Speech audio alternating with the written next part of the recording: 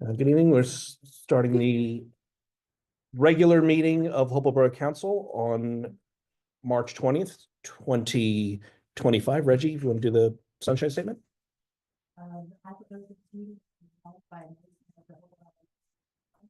Both on the bulletin board in Borough Hall and Council the Borough Clerk to required by law. And flag salute. Pledge allegiance to the flag of the United States of America and to the republic for which it stands, one nation, under God, indivisible, with liberty and justice for all. Kennedy? Here. Lemmings? Here. Weaver? Here. Steeler? Yes. Here. Yes, here. Here.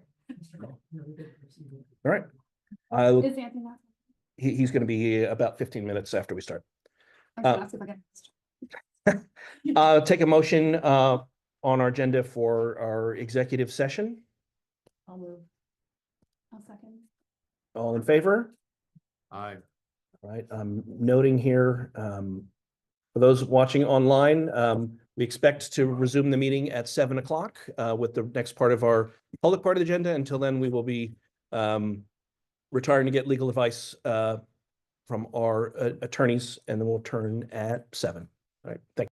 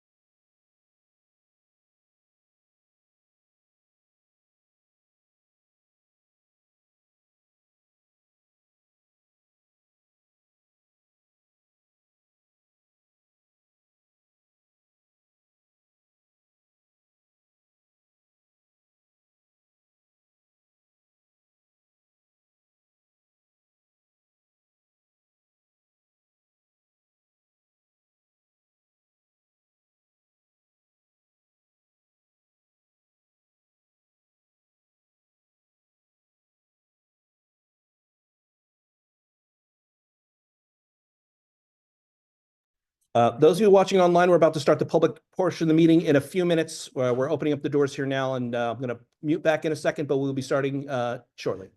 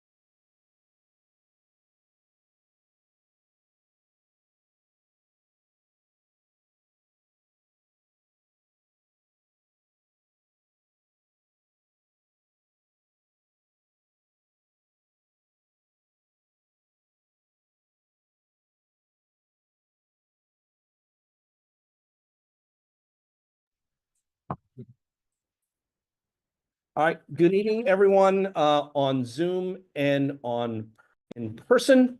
Welcome back to the regular March 20th meeting of the Hopewell Borough Council. For those of you who were not on the beginning part of Zoom, Council just finished about an hour executive session with our attorney, getting some legal advice. And now we're starting on item 5, which is resuming the public portion of our meeting. As we have with all of our meetings over the last year plus, and this is really one reason we're here tonight, to give an update on the potential sale of our water system. So later tonight, we'll likely have a motion to approve the terms of a contract with New Jersey American Water so that those terms could become public. We can't do it until that happens. And those terms can then be shared with the community to start approximately a 6-month process of the state BPU and the state approving the contract, and for as much time as possible for our community to absorb, understand, and come to a decision in advance of the November 2025 general election, where likely the question of whether this sale to New Jersey American should be approved. And that'll be on the general ballot, the general election ballot in November, as a ballot question for all voters in Hopewell Borough. The Water Committee, our professionals, have been working very hard for the last year plus, but certainly the last month since our last meeting, to work through a terms of a contract based on their bid, in terms that if council finds them satisfactory, we would advance to the next stage this evening. That would mean we would get to share them with the community. The plan would be, if that happens tonight, we would briefly go over them this evening, post the contract on the website tomorrow with some information about it, and again, start the process of the state reviewing and ultimately our community between now and November, getting information and educating themselves and us about whether these particular terms are the right ones for our community.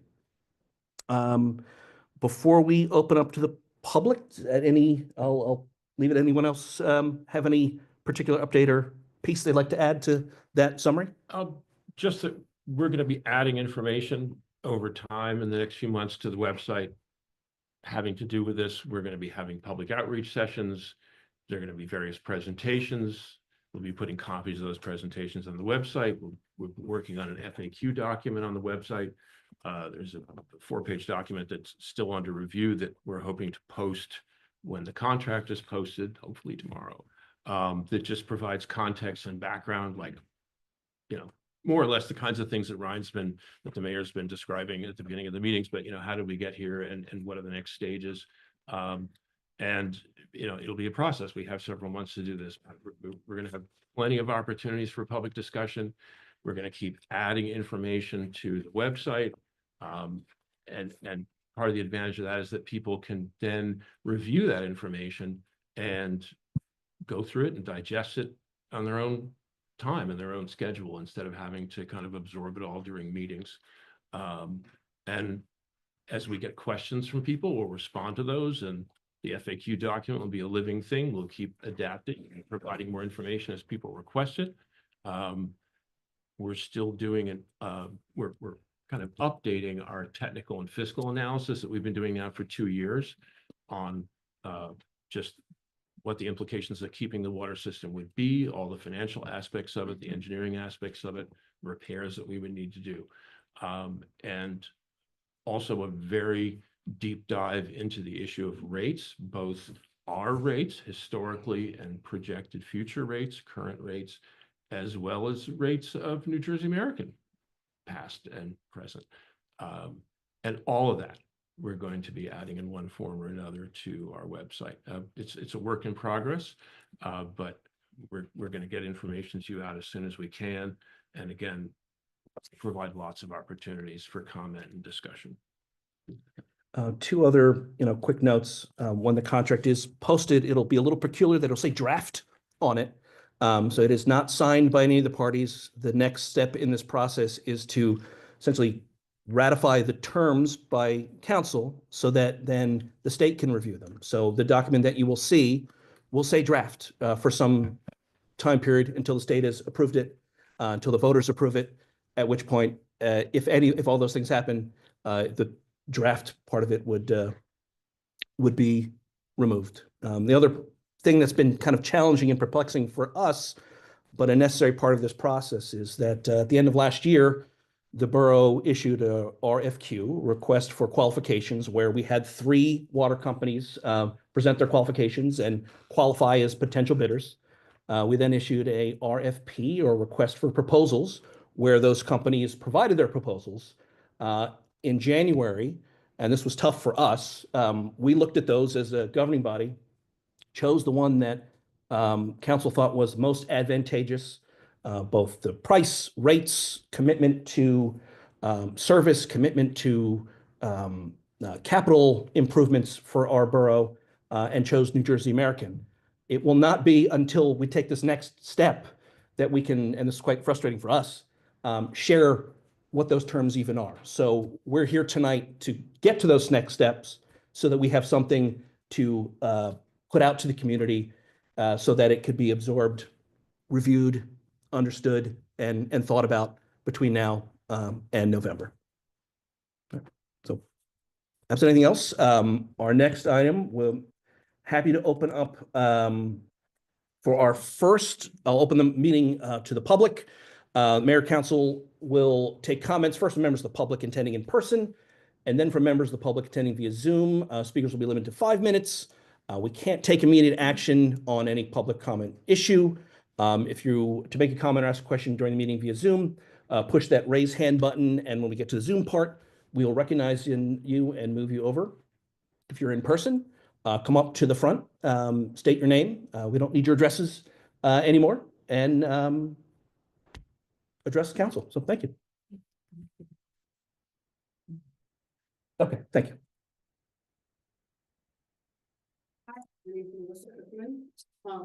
I find this whole water thing as confusing as the development thing, because there's so many different excuse me, layers that we have to go through. Basically, is this what you're proposing, just saying we're in negotiations, we're under no commitment to do anything? Essentially, we've been negotiating, and the results of the negotiations would be unveiled later tonight of what terms that we were able to get from New Jersey American to move forward. But yes, So, and when it says things like, you had successful negotiations with them, okay, I get that now. And it says 2/3 of the authorized membership, does that mean that some people, is everybody for it? well, We'll find out. we'll find out in a few minutes, but that just means that this particular type of vote, and that happens to be a majority of the board. In other governing bodies, it's a little bit different, Right. but we would need 4 votes of those here just to pass it anyway. Right. Mhm. And then I have 2 other questions that aren't related to that. The house that's falling down. Uh, It's falling down, guys, what's going on? It is, I have been in contact with the owner. I would prefer to not be more specific than that, rather than prejudice what's happening there. But my request to you or to anyone that's concerned about that particular property, who shares that concern, or any other in the borough, to please forward that complaint to our administrator, health department. Yes, because the bigger of a file that we have, the easier it is for us to take action. And without being more specific, I'll just say that Condemned, is it, there's been, I'm not saying we want it condemned, that's a whole other nightmare, but it is, I mean, uh, it is condemned. it is not the only way, but I'll just say our experience recently with problem properties is that the more information we have, the bigger a file, the more complaints there are about it, the easier it is for our professionals and staff to take action. Okay, so anybody besides, the administrator and the health department? In this case, I would say construction and zoning perhaps too, Doug, is that? Mhm. Yeah. Mhm. Because it's driving me bonkers. And lastly, as I'm gonna ask at every single meeting, where are we with Hopewell 57? I know, Ryan, you can't say anything, but has been anything, you know, the planning board went, well, no, they're just doing paperwork. We're waiting for a site plan application. We haven't seen one. That's the next stage. Nope. Okay, thank you. Okay. Thank you.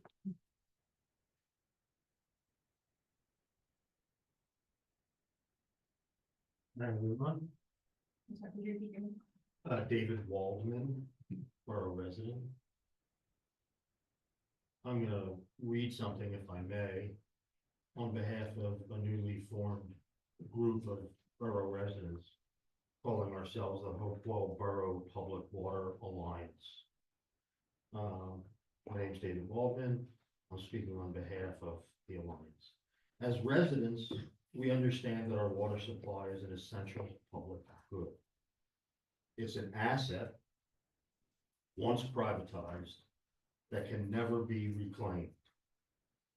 We believe that our shared resource should remain public now and for future generations, and not belong to a for-profit entity.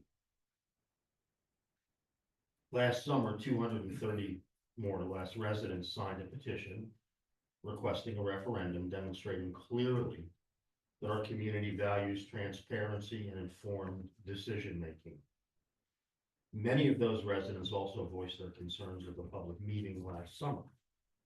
Yet we wonder how our residents can responsibly vote on this critical issue without first understanding and considering all viable alternatives.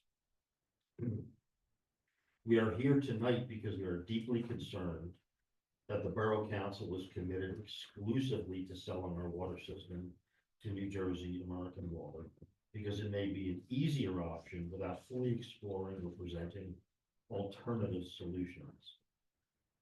And while selling the water system may provide an influx of cash today, we will lose control of an invaluable asset and resource forever and suffer all the known disadvantages of privatized for-profit water. With this in mind, we respectfully urge the council to work collaboratively with the community to actively pursue available grants and alternative funding sources to make our water system whole. The borough already has an approved $2.35 million state grant designated to improve the current operating well and to bring a second well online with PFAS and arsenic remediation, funding that we risk losing entirely if the system is sold. In addition, other communities such as Rocky Hill have successfully engaged grant writing professionals to secure substantial financial support for infrastructure improvements. We ask the council to prioritize transparency, financial diligence, and open dialogue. Let us explore together the path of repairing and maintaining our water system through strategic use of grants, bonds, and careful financial planning, rather than taking the irreversible step of privatization. We are ready and eager to collaborate with you, which means finding alternative solutions. Thank you for the opportunity to explain our position. We look forward to ongoing discussions about this very important issue. Thank you. One more, if I'm within the 5 minutes, I hope I am. Okay. I had one more thing, it'll maybe take 30 seconds. I don't know if it's possible, but I would really love an opportunity to sit with whoever is responsible for literally preparing the quarterly water ratepayer bills and see how it's done. Literally, I know it's probably painful. I'm somewhat qualified in that I've been running significant businesses most of my life. So I know how to read, I know how to do spreadsheets, I understand accounting principles. But I'm just wondering if that's something I could possibly do, where I could sit down and literally watch what numbers are put into the formula. How do you literally arrive at the quarterly bill that comes to my house or anybody else's house? In other words, an open disclosure of those calculations, not for any reason other than I want to understand it. At the last couple meetings back, we saw the restaurant people, and that's like, I don't have much hair left, but I'm scratching my head going, how do we explain this? Because it seemed like, if I'm not mistaken, that it baffled some of those of you who weren't quite able to understand or explain how there was a huge bill quarterly for some of these commercial users. So I don't expect a response immediately, but I would love, most of you know how to contact me. I would really love to know if I could literally sit down with somebody who's responsible for that and understand that process. Thank you so much. We'll be in touch, certainly. I'll say and we'll have to scope out how that conversation worked. I mean, the bills themselves are done by a vendor and a function of a meter read number times a rate that we set. But I think your question is well beyond that, and we can set up something to, I think, to figure out how to discuss that. You can put the line items that are entered into it, the basis of the calculations. And actually, that's in the ordinance. I mean, Yeah. if you look at the ordinance, it describes the rate levels and how it's priced. Yeah, I'm not. But that's all the rate formula is. So in other words, but I mean, happy to talk about Yeah. it, but that's literally, like, if I'm doing calculations on it on myself, I don't do the billing. Yeah. You literally know if it's this much for the first 2,000 gallons, 2 to 5,000, it's this per thousand. It's just a chain of Right.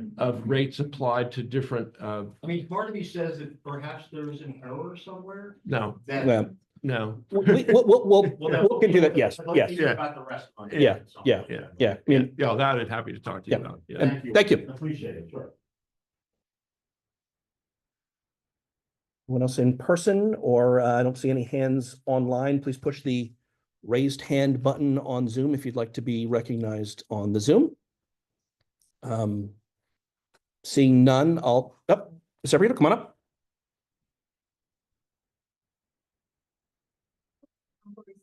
Mhm. I guess three things. The first is, when this comes to the vote in November, is what the community votes, that's the decision? The statute says that essentially this contract could move forward if it's approved by the state and the voters. If it doesn't, the contract can't move forward. Yep. The other thing is, for somebody who's been around town for a long time, it's because of David that we have a lot of really cool open space around here. He spearheaded the movement to save the ruling track. So for those of you who haven't been here all that long, he's really an important person in the community. And also decades ago, there was a council meeting where it was proposed that we put fluoride in our water. and the decision was made not to put fluoride in Mhm. water. An American Water Company puts fluoride in water. And I just wanted to know if you do get into contract with them. I'm a retired dental hygienist. I don't want fluoride in the water for lots of good reasons. Do we have a say in that? David, do you want, is that something you want to address, or do you want to wait till Um, after we get to the contract part of things? Well, I'll say this, so they fluoridate their water, we don't fluoridate the water from the well, which means right now you're getting a mix of fluoridated and unfluoridated water. I don't see a scenario under which you would not have fluoridated water from them because we're connected into their system. We'd be part of the Raritan system. I know people have various opinions about fluoridation. Right now, I would rely on the US EPA and the New Jersey Department of Environmental Protection and what their determinations are as to what's healthy and what's safe. I would argue that it's better to have either a fluoridated system or a non-fluoridated system instead of what we have now, which is this half and half. You don't know how much you're getting. So, I mean, if somebody's trying to figure out what the dosage should be Right. and they don't really know, it seems that's probably a worse situation. I mean, I know that, there's been recent articles lately about various concerns related to fluoride. I think that science is still evolving on that. And it probably will be for a long time. I'm not a public health expert. I will just say that I have a great deal of confidence in the NJDEP and their determinations on the health and safety of drinking water. Yeah. But, Yeah. so we would have no control, basically, is what you're telling me. Well, we would all be part of the same system. In other words, they would, it- So in our discussions with Yeah. New Jersey American, I'll say they don't have a position on fluoride. right. And generally, I understand, leave it up to the communities. Now, we would be part of a larger community. Right. But ultimately, they don't have a position one way or the other on it. It happens to be that the Raritan system that we're attached to is fluoridated. But my understanding from talking to them is not necessarily because that's what they want so much as what the overall community is. To your point, though, I think Right. you're probably correct that we've become part of a larger community that would jointly make that decision rather than a small one. And the other side, so part of this depends on, in the future, on what happens with wells number 4 and 6. And there's an explanation, a fact sheet that we're going to be putting out with the contract. But one of the things that New Jersey American is proposing to do is a complete engineering analysis of the whole system. And part of that is looking at what the future need is for operating wells 4 and 6, which are relatively small wells compared to their overall production. So if you continue to have local water produced from those wells, in addition to water coming in from outside, I'm not sure what the answer would be in terms of fluoridation. They might decide not to operate those wells in the future, in which case all the water is going to be coming from their system, which is a mixture of well water and surface water.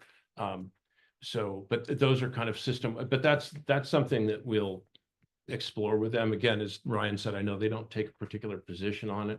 And what I don't know is, since those things, fluoride and other additives are injected sort of locally, the way chlorination is done. So I don't know to what extent that's regional or to what extent you can control it, but we'll ask the question. Yep. Absolutely. Yep. Okay. Thank you. Thanks. I just have a question to follow up on that. Mhm. Then maybe I wasn't. So the council at one point voted that we will have fluoride in our water? No, Yes, No. yes. no, we didn't vote to have fluoride in our water. No, we, Hopewell was the council person, Priscilla Hunt. It was decades ago. but we've never fluoridated this water system. Yeah, And I'll tell you why, because So- we, so- yeah.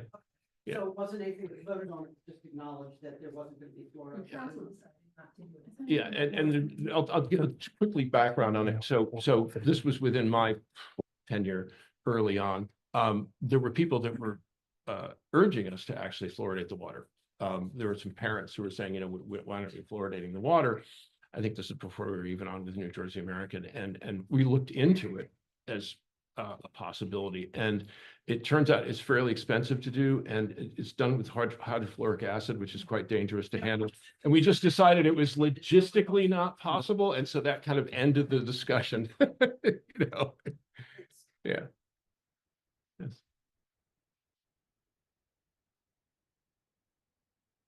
Hi, I'm Betsy Keller. I live on Hart Avenue. And I am also joining as of tonight this organization that David was representing.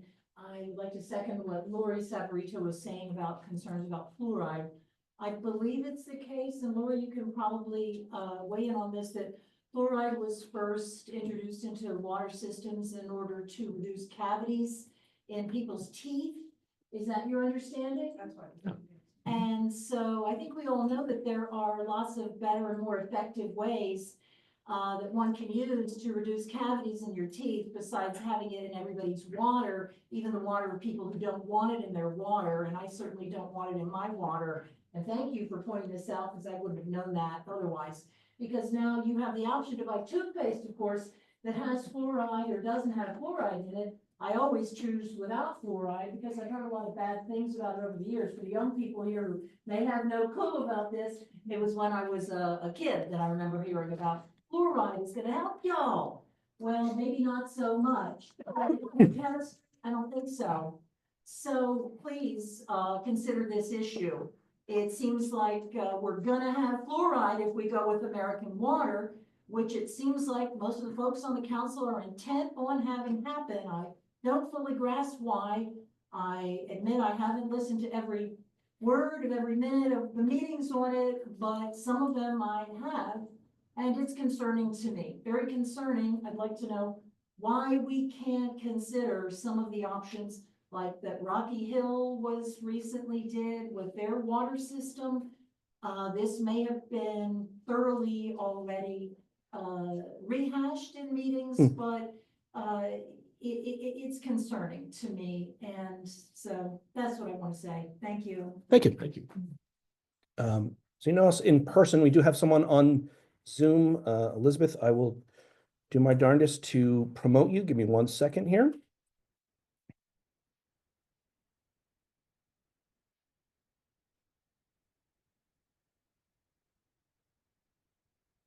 Takes a second for you to come over.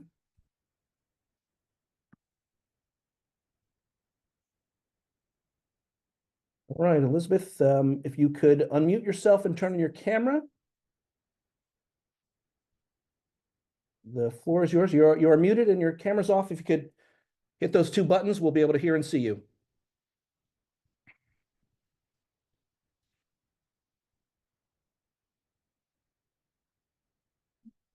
I'll give you another minute. Unfortunately, as the Zoom moderator, I have many powers. Unfortunately, to unmute you and to turn your camera on are not among them. They're authorized, but I can't. So we'll give you a few more minutes, and we'll note that we will have another public comment section probably just in a few minutes, and we could try you again then. But unfortunately, at the moment, we can't see or hear you. Oh, you've unmuted. Can you hear us? There we go.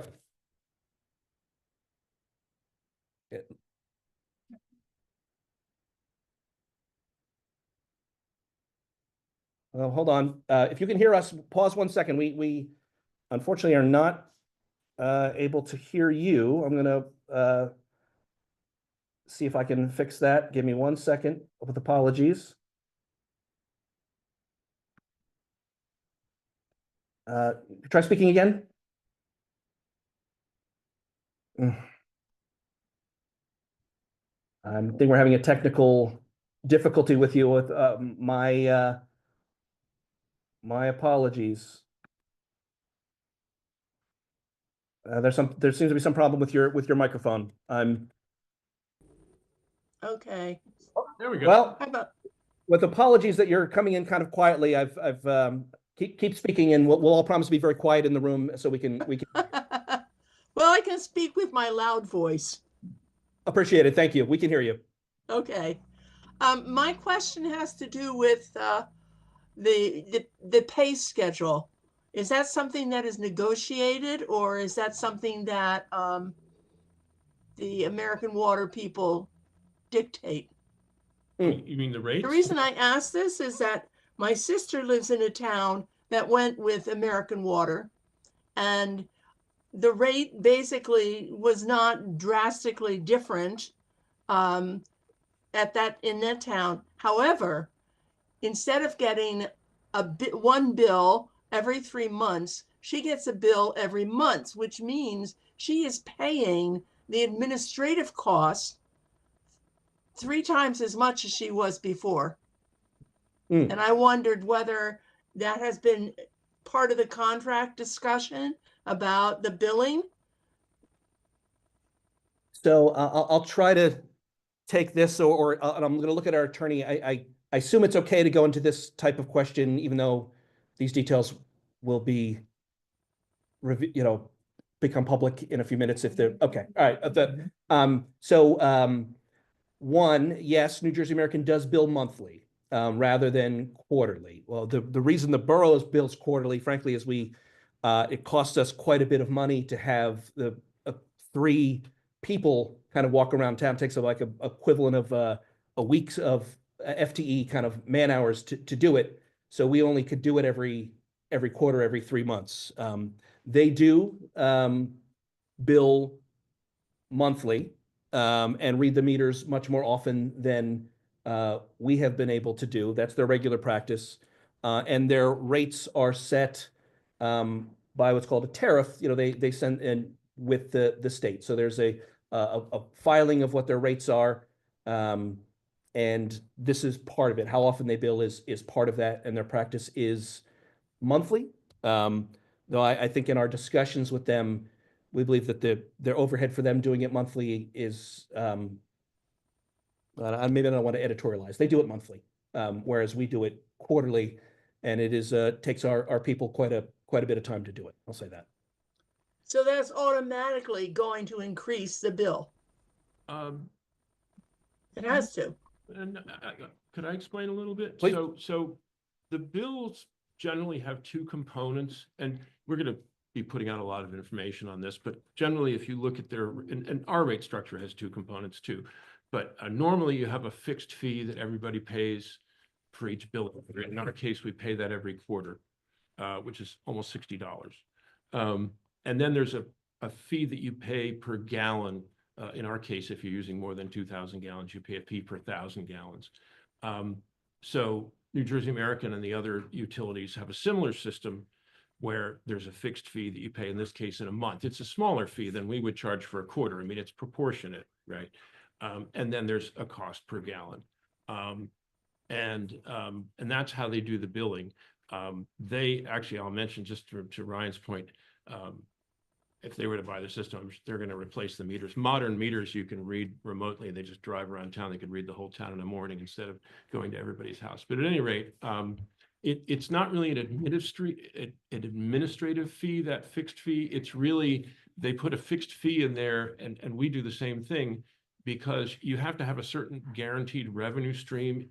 People's usage goes up and down with the seasons, and it goes up and down during periods of drought versus periods of heavy rain.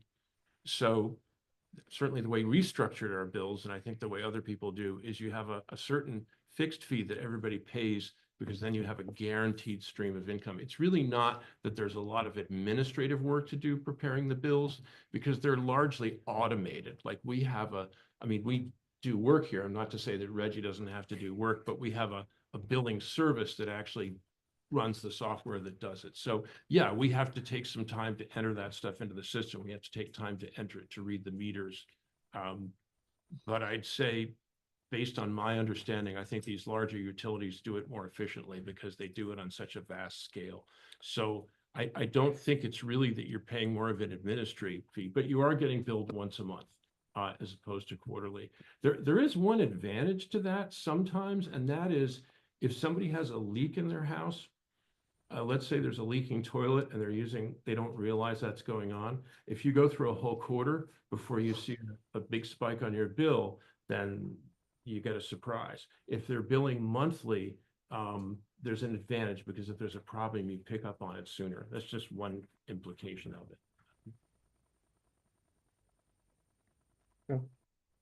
Thank you, Elizabeth. And anything else before we'll have another public comment session? But thank you. I have one comment, and that relates to American Water. back when it was Elizabethtown water. And that was that I recall during, I think it was Hurricane Hugo, I'm not sure which hurricane, there was a problem that they had up in their Bridgewater plant. And that problem ended up, because there was so much water in the general sewage systems, they ended up having contamination up at the Bridgewater plant, and that affected every town that they serviced because the water from the street sewer was mixing in with the water that was going to homes. And as a result, every town surrounding Hopewell could not use water for at least a week, and some for 2 weeks. You could not use the water coming out of your tap. The only place that could use water was Hopewell, because we had our own wells. And that sticks in my mind because it was so dramatic. I mean, when I went to choir practice in Princeton, you couldn't drink the water. I had to bring water from Hopewell for the people in Princeton. So that sticks in my mind, and I hope that they have improved their facilities and the management of their facilities since that time, but I don't know. I really don't know. Well, one thing I'll comment quickly, it's not specific to New Jersey American, but the New Jersey Department of Environmental Protection has pretty stringent rules now on what's known as resiliency, which is, everybody has to, now that we're sort of recognizing the challenges of dealing with global climate change and the intensity and frequency of heavy weather. So I'm still learning about this. I was just looking into it today, trying to get a better fix on it, but rules are evolving not only on water supply, but also on flood control and everything else for the same reason. But I think we've probably come a long way from those days. It doesn't mean it's not possible to have some catastrophic event that affects the water supply.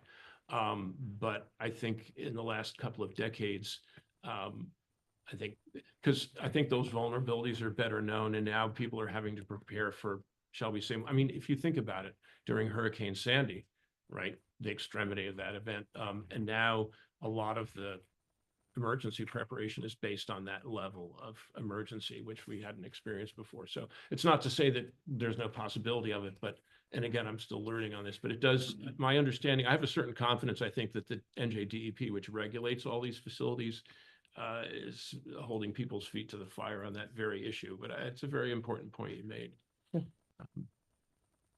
Thank you, Elizabeth. Thank you.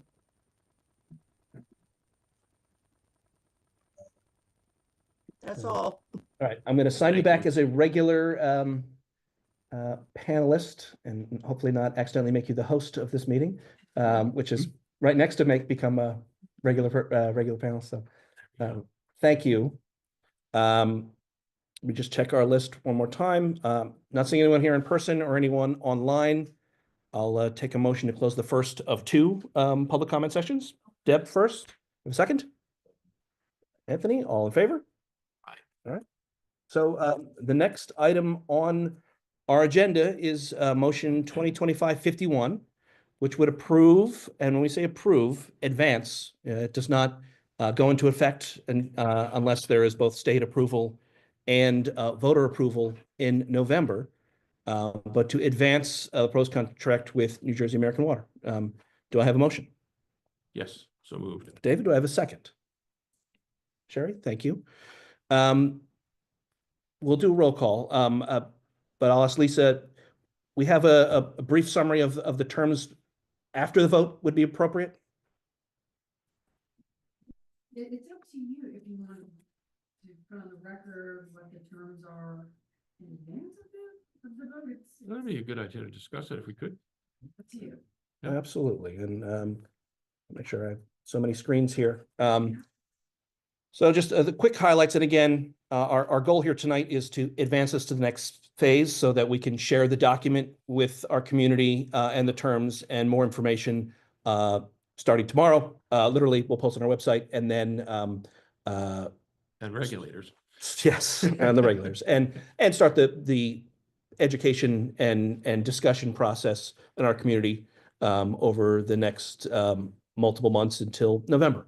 But ultimately, the highlights are New Jersey American has agreed upon closing to disconnect well number 4 and bring the borough's water supply immediately into compliance with NJDEP standard for PFAS, which satisfies the emergent condition that we had with our water system. New Jersey American has agreed to immediately on closing implement what they call Water Rate Schedule A, which will provide for significant rate relief. That's the schedule that Princeton and Montgomery residents pay. These New Jersey American water rates will match those currently in place of neighboring communities like Princeton and Montgomery. New Jersey American has agreed to invest at least $7 million in the water system over the first 5 years of ownership. These costs are spread across the entirety of New Jersey American's ratepayers and not just Hopewell Borough residents. New Jersey American has agreed to purchase the system for $6.4 million. They have agreed to improve the water storage system, primarily the reservoir is the biggest part of that, within the first 5 years of ownership. We'll note that they have to comply with requirements to remove all lead goosenecks and galvanized water lines by 2031 without additional costs allocated to the borough or its customers. New Jersey American will refund the borough up to $150,000 for our costs in putting this sale together with our professionals. Next steps, as required by what we call WIPA, the Water Infrastructure Protection Act, the contract, though it'll say draft, will be submitted to New Jersey Board of Public Utilities and the Division of Local Government Services in the New Jersey Department of Community Affairs for their review and is subject to their approvals prior to us being in a position to sign the contract. Following approval by the state, the terms of the contract would be presented to Hopewell Borough voters in the November 2024 general election for approval. The draft contract between Hopewell Borough and New Jersey American Water will be posted to the borough website beginning tomorrow, March 21st, 2025, and that literally will be me doing that, so I will be sure that that happens. More detailed information regarding the contract terms will be posted on the borough's website and provided at upcoming meetings throughout the coming months. We encourage people to visit the website frequently, and if you haven't, please sign up for the borough's weekly email notice. These are the type of things that will be in those emails, agendas for meetings, as well as information about the water sale. So those are the basic terms. We have a motion. Absent any other motion, I'll ask for a roll call. Ms. Blangus? Ms. Weaver? Yes. Ms. Steeler? Yes. Mr. Mackey? Yes. Ms. Hook? Yes. Mr. Fuller? Yes. Thank you, everyone. I want to first, thank our professionals and council. This is, again, just the beginning of a long process. We've been at this for about a year, working to bring an option to put forward to the community.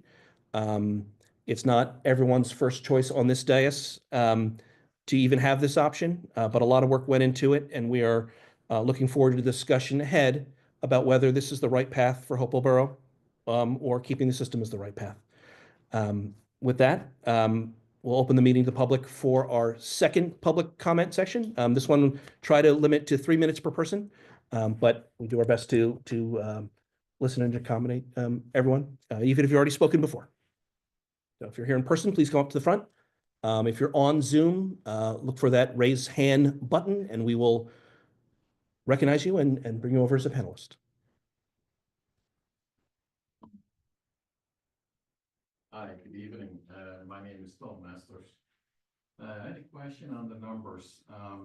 You said you're gonna sell the system for 6.4, 6.4. and they're gonna invest 7.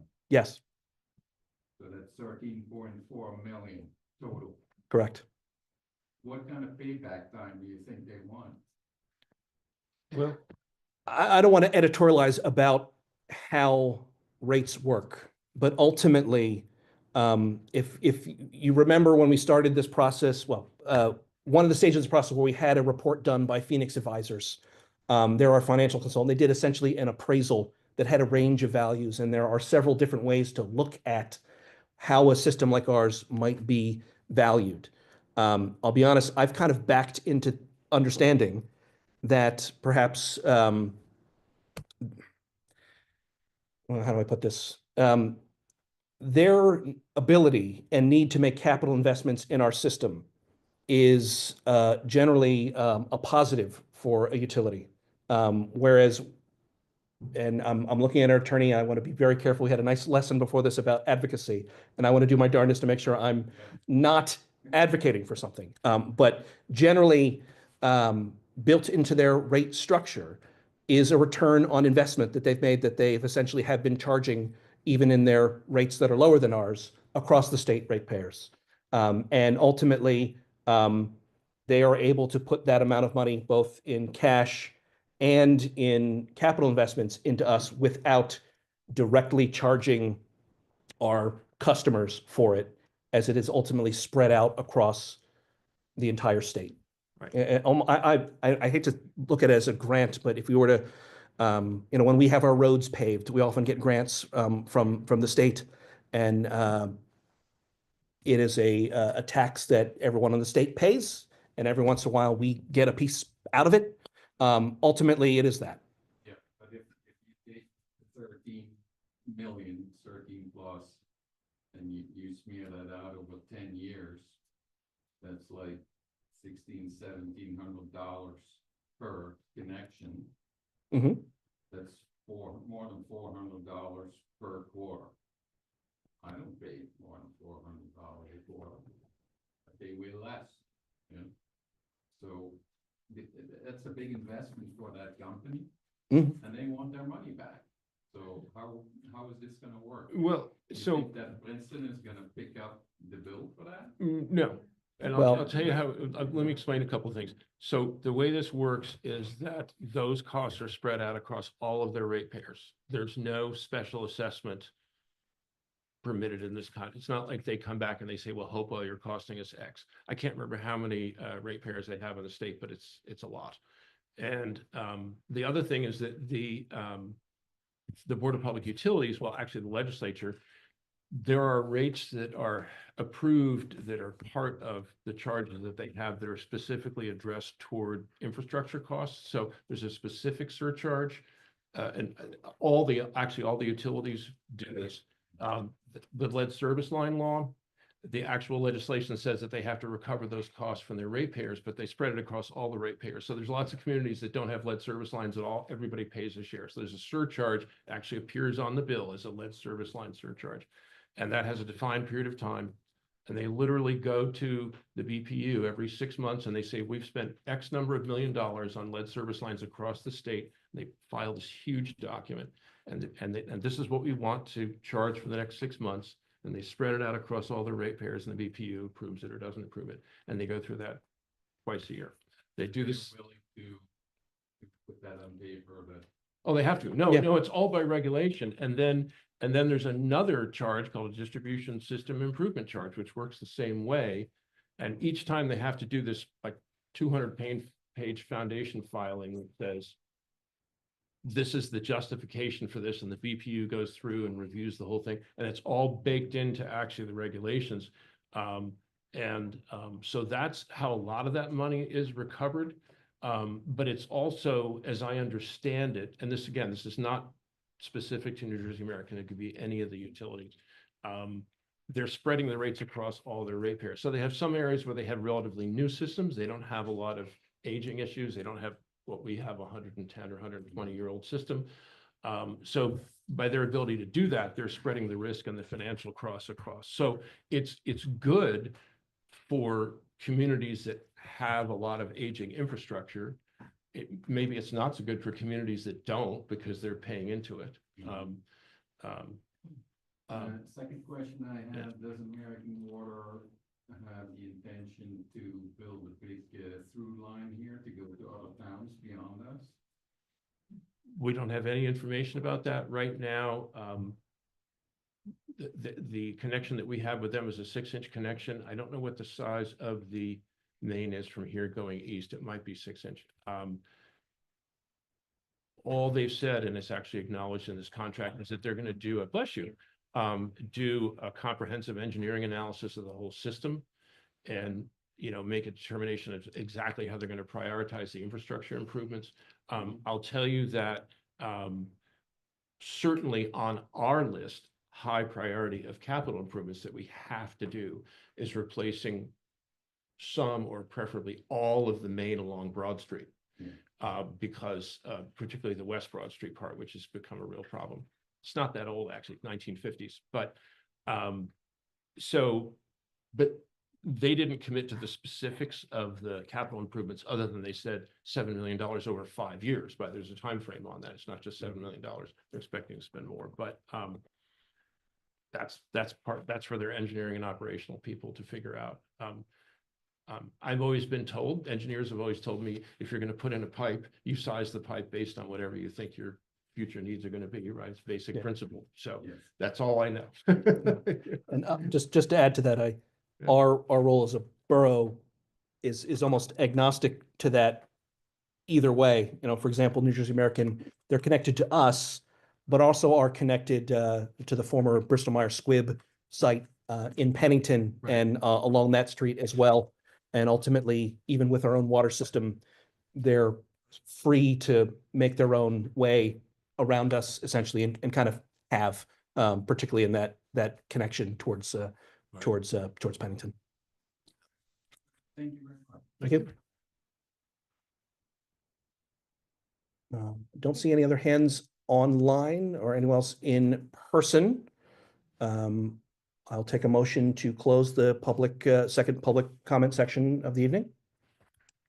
Do I have a second? All right, Heidi, thank you so much. All in favor? Aye. That is it for our agenda this evening. For those of you who follow what we're doing, which is all of you, so thank you for being here, by the way. Our next meeting, as I might have said at the beginning, we have set many regular meetings. I don't want to be too technical about what's a special or a regular meeting, but we set at the beginning of the year 2 meetings a month because we know we have a lot to do. Our next meeting is April 3rd. That happens to be in the first Thursday time slot that we're all used to. But we are keeping multiple dates in each month, and our planning board is too. Every month we may not use them, but ultimately between affordable housing, working on our water system, and a lot of other pressing issues, the people on both sides of this table have a lot of work to do, and we will continue to keep those dates. Probably use most of them. Definitely use the next one in April 3rd as our next meeting. But please, I'll make another pitch for our email system. If you got an email on Sunday with the agenda for this meeting, you've signed up and you're in the right place, and you're in the right place otherwise. But if you didn't get that email, please go to our website. There's a banner at the top, sign up. Almost every week, there's an email with everything that was posted to the website. And weeks like this, where there are public meetings, there is kind of a digest of and copies of the agenda so you can know what's going on. With that, I'll take a motion to adjourn. Second? All right, all in favor? Aye. All right. Thank you, everyone, in person and online. And I'm going to just keep talking until I confirm that we're offline.